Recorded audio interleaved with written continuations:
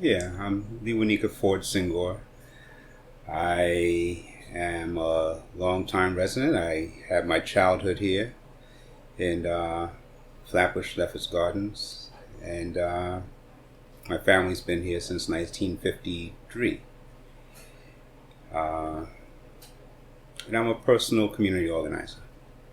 My father was in the Army at the time. I was born in Kansas. I came back to Flatbush where he was already residing.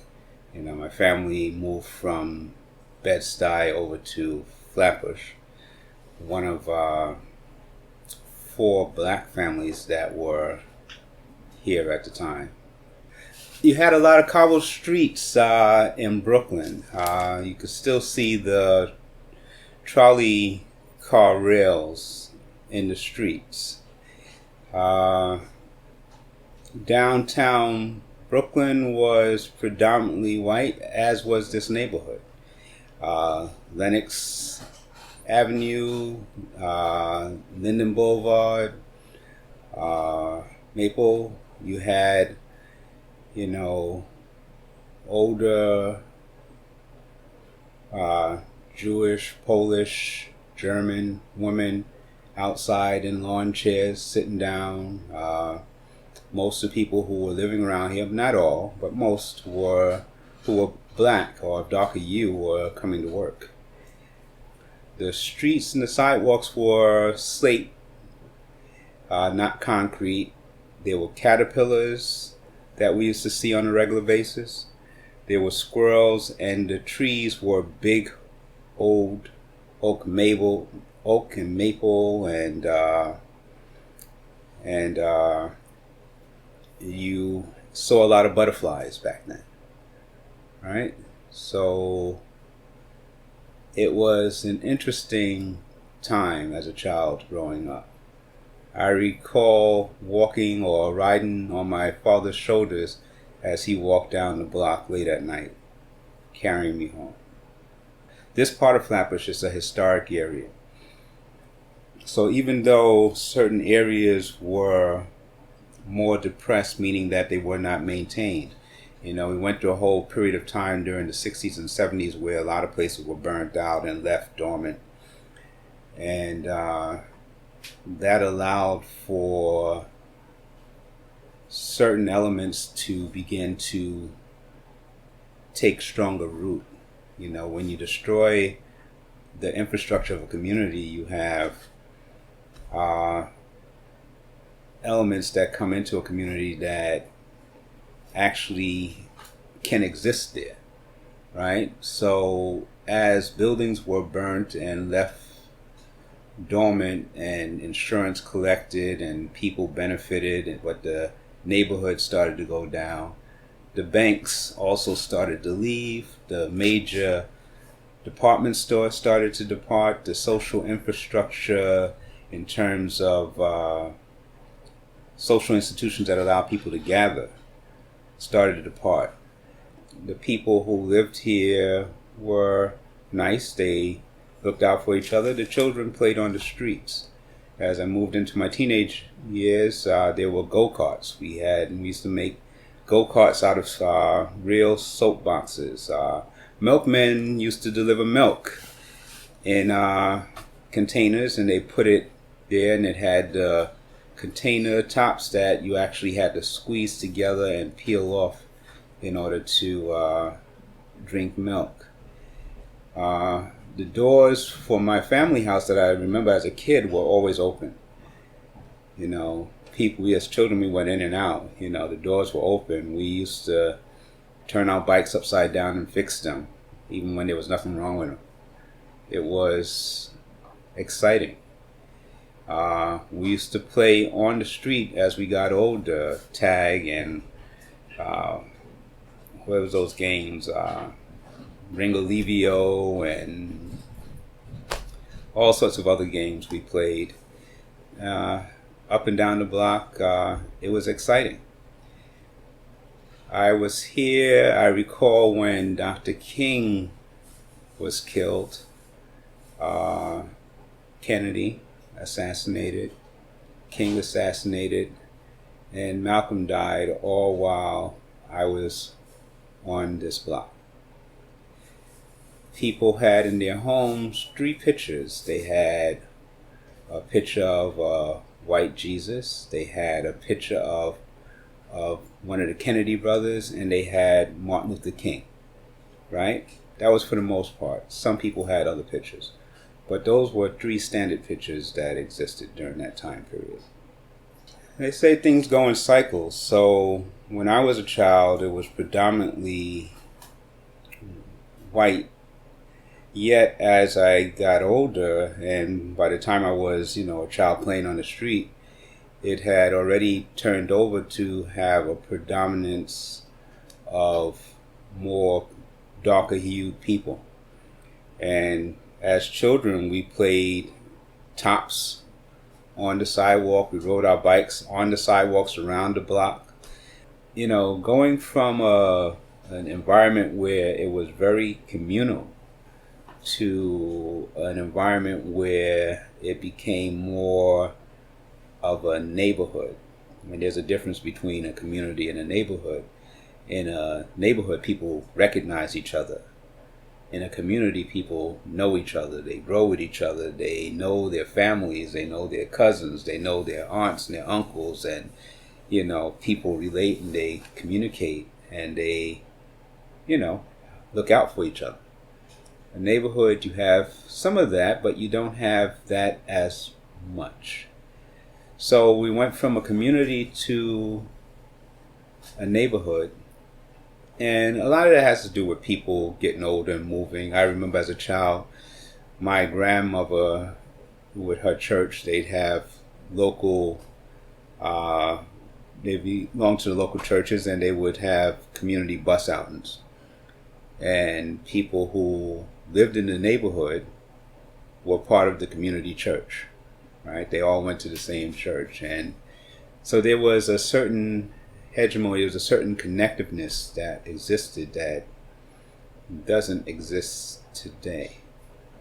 So there's been a lot of changes. We got rid of the slate sidewalks and we put concrete in, right? There are a lot more cars. There are a lot more buildings. One of the beautiful things about this particular area is that you can see the sky, and then years later they would erect very tall buildings that prevent you from seeing the sky and casting shadows over Prospect Park, and even attempting to cast shadows over Botanic Gardens. As children, I went to the local school. I went to the Jackie Robinson School right behind Ebbets Field, which was a marvel when it was built. I happened to speak to an older classmate of years ago who was in a class I was taking on herbology. He was 80 at the time, and he would tell me about the rail cars that used to go down Bedford Avenue. And he, as a child, used to go to Ebbets Field, and he would say what it was like before they took down Ebbets Field and built, I'm talking about the stadium, Ebbets Stadium, and put up Ebbets Field, the tall, complex building. I went to school right behind it. The school behind there on 47 McKeever Place was called Jackie Robinson. I went there, and that was quite exciting, we were at the top of our class, and when we left out from school, we used to leave out from school a little early. Unexpected, but we were skipping our award ceremonies, and we used to go to the libraries, and we used to go to the Botanic Gardens, and we used to go to the donut place that used to be on Parkside Avenue, where as a child my father used to take us to get ice cream and comic books and turn in what you call bottles, where you can turn bottles in. I don't remember if it was for a nickel or if it was for pennies at the time, but bottles. And used to have the guy still comes down here who sharpens knives. You still hear his bell. That's a very old bell. We used to have the Good Humor truck that used to come by, that used to have a small box, ice cold box that used to open up, and as kids we'd run out for when we heard the bell to get ice cream, and all of us would run out and our parents would follow, and if one parent didn't come, somebody else would buy the kids ice cream. So all that is part of what's changed. So living here, bringing my family up, one of the reasons was that there were still libraries around here. Children went to the libraries a lot. There was the Botanic Gardens. Transportation is very good around here. The blocks are well kept. My children had the experience while they were here of growing up with other children playing on the block, running up and down, going inside of each other's homes. And that's something unfortunately rare in many neighborhoods now. So they did have that communal experience. The thing is to see how that can continue and last, because as the children got older, they themselves have left and gone other places, and that continuity, and some families have left, so that continuity has not been able to be maintained. I'm hoping that generations to come will have some of those experiences. People who are the younger generations are moving back in who used to be here previously. I've enjoyed living in Flatbush. We came back to Flatbush because I had family around here. Some areas of the neighborhoods and still have that communal integrity. You have blocks where they come together and they read together. They have book readings and discussions, and some areas where they have movie nights and they come together and they watch movies, and you still have block parties where people come out and they share food and do potlucks and things like that. So that still exists in certain areas. I would like it to be more integral throughout the neighborhood. I think that would be really nice. I would like Flatbush community to have some more of the social infrastructures that allow people to come together and experience things together. Meaning things like theaters and movie theaters and social halls where people can come together and commune and get to know each other in a very enjoyable environment.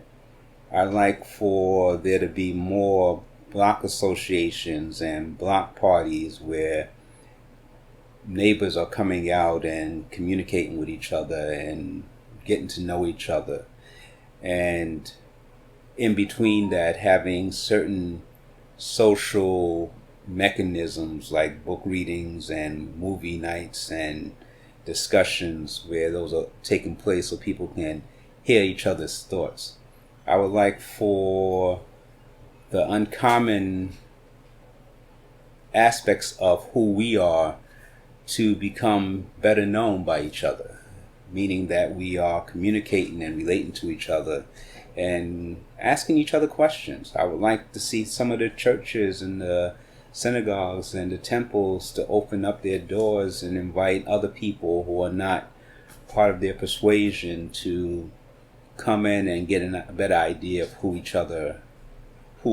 we are to each other and what is unique about ourselves, and so that we can appreciate those things. And I'd like for those who are politicians who are in positions of power to have a lot of this happen, come out and actually put in place those mechanisms that can make these things happen.